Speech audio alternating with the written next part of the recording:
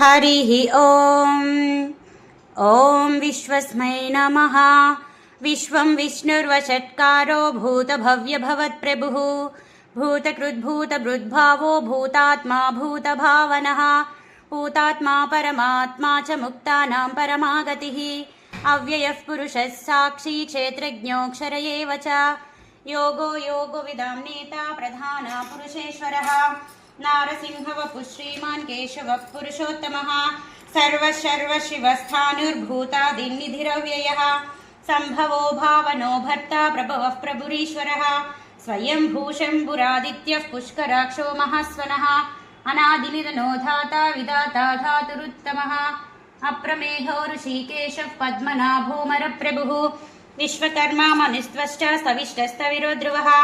अग्राह्यः शाश्वतकृष्णो लोहिताक्षः प्रतर्दनः प्रभूतस्त्रिककुब्धामा पवित्रं मङ्गलं परम्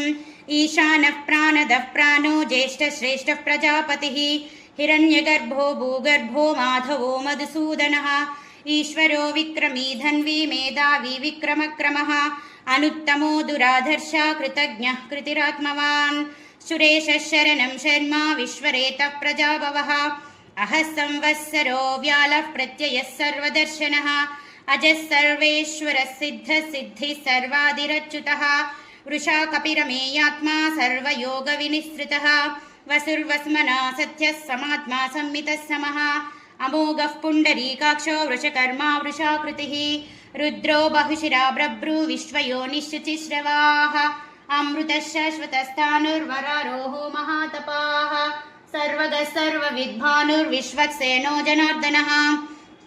वेदो वेदविदव्यांगो वेदांगो वेदवित्कविः लोकाध्यक्षः सुराध्यक्षो धर्माध्यक्षः कृताकृतः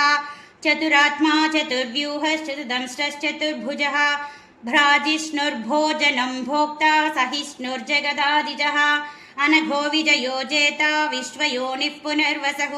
उपेन्द्रो वामनः प्रांशुरमोघश्च चिरुजितः अतीन्द्रः संग्रहः सर्गो धृतात्मा नियमो यमः वेद्यो वैद्यः सदा योगी वीरः माधवो मधुः अतीन्द्रियो महामायो महोत्साहो महाबलः महाबुद्धिर्महावीर्यो महाशक्तिर्महाद्युतिः अनिर्देशः श्रीमान् अमेयात्मा महादृक् महेश्वासो महीबद्धा श्रीनिवासः सतां गतिः अनिरुद्धस्तुरानन्दो गोविन्दो गोविदाम्पतिः मरीचिर्दमनो हंसः सुपर्णो भुजगोप्तमः हिरण्यनाभा सुतपः पद्मनाभः प्रजापतिः अमृत्युः सर्वदृक्सिंहः सन्धाता सन्धिमान् स्थिरः अजो दुर्मर्शनः शास्ता विश्रुतात्मा सुरारिः गुरुतमो धामा सत्यः सत्यपराक्रमः निमिषो निमिषस्रग्वी वाचस्पतिरुदारदीः अग्रनिर्ग्रामनिःश्रीमान् न्यायो नेता समीरनः सहस्रमुद्धा विश्वात्मा सहस्रपात् आवर्तनो निवृतात्मा संवृतः सम्प्रमर्दनः अहः संवत्तको वह्निरनिलोदरनीधरः सुप्रसादः प्रसन्नात्मा विश्वदृग्विश्वभुग्विभुः सत्कर्ता सत्कृतः साधुर्जह्नुः नारायणो नरः असंख्येयो प्रमेयात्मा विशिष्टशिष्टकृत्युजिः सिद्धार्थसिद्धसङ्कल्पसिद्धिदसिद्धिसाधनः वृषा हि वृषभो विष्णुर्वृषपर्वा वृषोदरः वर्धनो वर्धमानश्च विविक्तश्रुतिसागरः सुभुजोदुद्धरो वाङ्मि महेन्द्रो वसुधो वसुः नैकरूपो बृहद्रूपः शिपिविष्टः प्रकाशनः ओजस्तेजोदुतिधरः प्रकाशात्मा प्रतापनः रुद्धस्पष्टाक्षरो मन्त्रश्चन्द्रांशुर्भास्करद्युतिः अमृतांशूद्भवो भानुशशबिन्दुसुरेश्वरः औषधं जगतः सेतः सत्यधर्मा पराक्रमः भूतभव्यभवन्नाथः पवनः पावनो नलः कामः कामकृत्कान्तः कामः कामप्रदः प्रभुः युगादिकृद्युगावर्तो नैकमायो महाशनः अदृश्यो व्यक्तरूपश्च सहस्रजदनन्तजेत्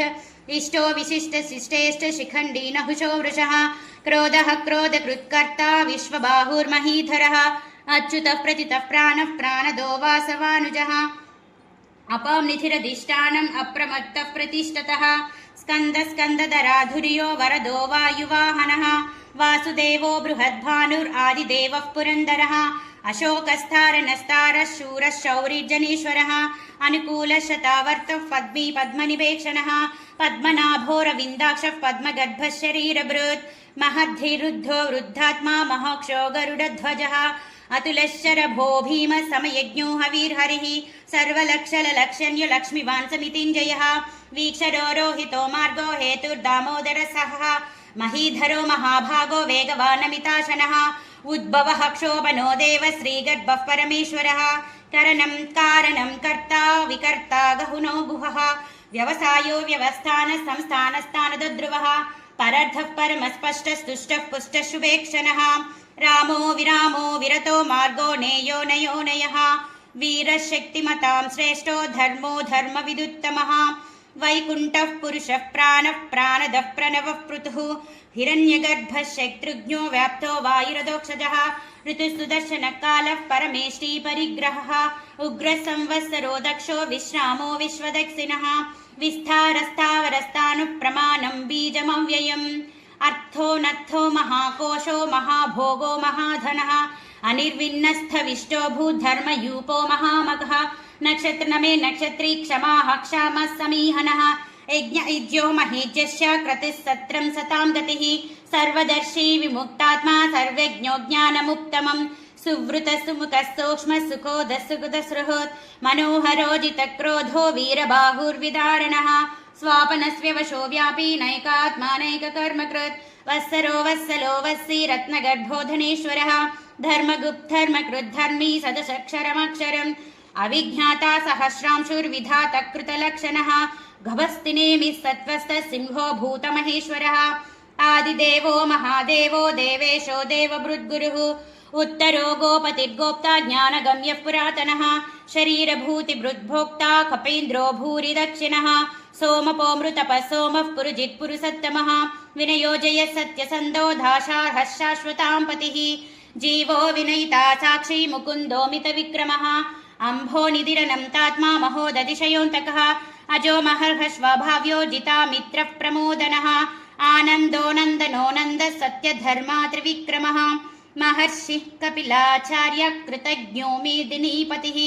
त्रिपदस्त्रिदशाध्यक्षो महाशृङ्गः कृतान्तकृत् महावराहो गोविन्द शुशेनः कनकाङ्गदी गुह्यो गभीरो गहनो गुप्तश्चक्रगदाधरः वेदस्वाङ्घोजितकृष्णो दृढसङ्कर्षणोच्युतः वरुणो वारुणो वृक्षः पुष्कराक्षो महामनाः भगवान् भगहानन्दी वनमालिहलायुधः आदित्य ज्योतिरादित्युः सहिष्णुर्गतिसत्तमः सुधन्वा कण्डपरशुर्दारुणो द्रविणप्रदः दिवस्पृक् सर्वदृग्व्यासो वाचस्पतिरयो निजः त्रिसामः सामगः सामनिर्वाणं भेषजम्भिषिक् संज्ञाचकृशमशान्तो निष्ठा शान्तिः परायणम् शुभाङ्गः शान्तिदश्रष्टः कुमुदः कुवलेशयः गोहितो गोपतिर्गोप्ता वृषभाक्षो वृषप्रियः अनिवर्ती निवृत्तात्मा संक्षेप्तक्षेमकृच्चिवः श्रीवत्सवक्ष श्रीवास श्रीपति श्रीमतांवरः श्रीध श्रीश श्रीनिवास श्रीनिधि श्रीविभावनः श्रीधर श्रीकर श्रेय श्रीमान् लोकत्रयाश्रयः स्वक्षश्वगशतानन्दो नन्दिर्ज्योतिर्गणेश्वरः विजितात्मा विधेयात्मा सत्कत्तिश्छिन्न संशयः उदीर्निस्सर्वतश्चक्षुरनीशः शाश्वतस्थिरः भूषयो भूषणो भूतिर्विशोकशोकनाशनः अर्चिष्मनर्चितः कुम्भो विशुद्धात्मा विशोधनः अनिरुद्धो प्रतिरतः प्रद्युम्नोमितविक्रमः कालनेमिनिहा वीरः शौरिः शूरजनेश्वरः त्रिलोकात्मा त्रिलोकेश केशव केशः हरिः कामदेवः कामपालः कामीकान्तकृतागमः अनिर्देशः वपुर्विष्णुर्वीरो नन्तो धनुञ्जयः ब्रह्मण्यो ब्रह्मकृद् ब्रह्मा ब्रह्मा ब्रह्मविवर्धनः ब्रह्मविद्ब्राह्मणो ब्रह्मी ब्रह्मज्ञो ब्राह्मणप्रियः महाक्रमो महाकर्मा महातेजा महोरगः महाक्रतुर्महायज्वा महायज्ञो महाहविः स्तव्यस्तव प्रियस्तोत्रं स्तुतिस्तोतारणप्रियः पूर्णः पूरयिता पुण्यः पुण्यकीर्तिरनामयः मनोजवस्तीर्थकरो वसुरेता वसुप्रदः वसुप्रदो वासुदेवो वसुर्वसुमना हविः सद्गतिः सत्कृतिः सत्ता सद्भूतिः सत्परायणः शूरसेनो यदुश्रेष्ठस्तन्निवासस्य यामुनः भूता वासो वासुदेवः सर्वासु निलयो नलः दर्पः दर्पदो दृप्तदुद्धरोऽथा पराजितः विश्वमूर्तिर्महामूर्तिर्दीप्तमूर्तिर्मूर्तिमान् अनेकमूर्तिरव्यक्त शतमूर्तिशताननः एको नैकस्सवक्क किं तत्पदमनुत्तमं लोकबन्धो लोकनाथो माधवो भक्तवत्सलः सुवर्णवर्णो हेमाङ्गो वरङ्गश्चन्दनागदी वीरः विषमशून्यो घृताशीरचलश्चलः अमानीमानदो मान्यो लोकस्वामी त्रिलोकदृक् सुमेधामेजधो धन्यः सत्यमेधादरादरः तेजो वृषोदितिधरः सर्वशस्त्राभृतांवरः प्रग्रहो निग्रहो व्यग्रो नैकशृङ्गो गदाग्रजः चतुर्मूर्तिश्चतुर्बाहुश्चतुर्व्यूहश्चतुर्गतिः चतुरात्मा चतुर्भावुश्चतुर्वेदविदेकभात् समावर्तो निवृतात्मा दुर्जयो दुरतिक्रमः दुर्लभो दुर्गमो दुर्गो दुरावासो दुरारिः शुभांगो लोकसारङ्गस्तुतन्तुस्तन्तुवद्धनः इंद्रकर्मा महाकर्मा कृतकर्मा कृतागमः उद्भवः सुन्दरः सुन्दो रत्ननाभस्तुलोचनः अर्को वाजशुनशृङ्गी जयन्तः सर्वविजयी सुवर्णबिन्दुरक्षोभ्य सर्ववागीश्वरेश्वरः महाह्रदो महागर्थो महाभूतो महानिधिः कुमुदः कुन्दरः कुन्दः पर्जन्यः पावनोऽनिलः अमृताशोऽमृतवपुः सर्वज्ञः सर्वतोमुखः सुलभः सुवृतः सिद्धश्चत्रुजिच्छत्रुतापनः निग्रोधोदूम्बरो स्वस्तिश्चानूराद्रनिषूदनः सहस्राजि सप्तजिह्व सप्तैदः सप्तवाहनः अमूर्तिरनगोचिन्त्यो भयगृद्भयनाशनः अनुर्बृहस्पृशस्तूलो गुणभृन्निर्गुणो महान् अधृतस्वधृतस्व्याश प्राग्वंशो वंशवद्धनः भारभृत्कथितो योगी योगीशः सर्वकामदः आश्रमश्रमणः क्षामसुपन्नो वायुवाहनः धनुद्धरो धनुर्वेदो दण्डो दमयितादमः अपराजितः सर्वसहो नियन्तो नियमो यमः सत्त्ववान् सात्विकः सत्यः सत्यधर्मपरायणः अभिप्रायः प्रियाहोरः प्रियकृत्प्रीतिवर्धनः विहयासगतिर्ज्योतिस्सुरचुर्हुतभुग्विभुः रविर्विरोचनः सूर्यः सविता रविलोचनः अनन्तो हुतभुग्भोक्ता सुखदो नैकजोग्रजः अनिर्विनः सदामर्षि लोकाधिष्ठानमद्भुतः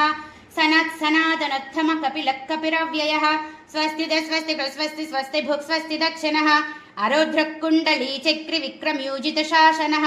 शब्दातिगः शब्दशः शशिरः शर्वरीकरः अक्रूरः पेशलो दक्षो दक्षिणः क्षमिनां वरः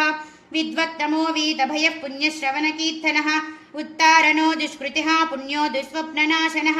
वीरः रक्षणस्तन्तो जीवनः पर्यवस्थितः अनन्तरूपोऽनन्तश्रीजितमन्युर्भयापः चतुरश्रोगभीरात्मा विदिशो व्यादिशो दिशः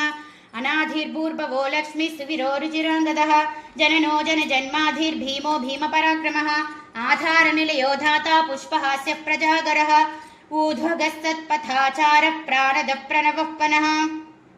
प्रमाणं प्राणनिलयः प्राणभृत् प्राणजीवनः तत्त्वं तत्त्वविदेकात्मा जन्म मृत्युजरातिगः भूर्भुवस्वस्तिरस्तारः सविता प्रतितामः यज्ञो यज्ञपति यज्वा यज्ञाङ्गो यज्ञवाहनः यज्ञभृत् यज्ञकृत् यज्ञी यज्ञभुक् यज्ञसाधनः यज्ञान्तकृत् यज्ञगुह्यमन्नमन्नाद एव च आत्मयोनिः स्वयं जातो वैकानः सामगायनः देवकीनन्दनः षष्ठाक्षितीशः पापनाशनः शङ्खबृन्नन्दकी चक्री शार्ङ्गधन्वा गदाधरः रथाङ्गपाणिरक्षोभ्य सर्वप्रहरणायुधः श्री सर्वप्रहरणायुध ओं नम इति वनमाली गदी शांखी शंकी चक्री च नंदकी श्रीमान्नारायणो विष्णुर्वासुदेवोऽभिरक्षित वनमाली गदी शांखी शंखी चक्री च नंदकी श्रीमान्नारायणो विष्णुर्वासुदेवोऽभिरक्षित वनमाली गदी शांखी शंखी चक्री च नंदकी श्रीमान्नारायणो विष्णुर्वासुदेवोऽभिरक्षित श्रीवासुदेवोऽभिरक्षित ओं नम इति।